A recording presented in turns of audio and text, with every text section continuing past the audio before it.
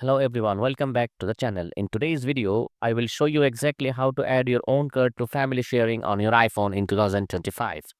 Let's get started. First things first, open the settings app on your iPhone. Now use the search bar at the top and type in family sharing.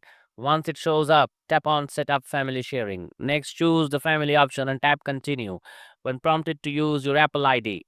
Now you will see options to invite family members or create a child account.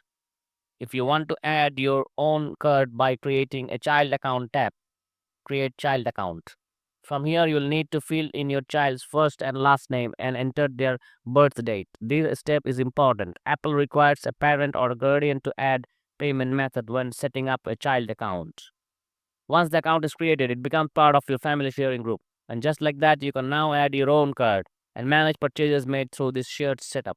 And that's it, a simple way to gain more control over family sharing in 2025. If this helped you, don't forget to like, subscribe, and turn on notifications for more quick tech guides like this one.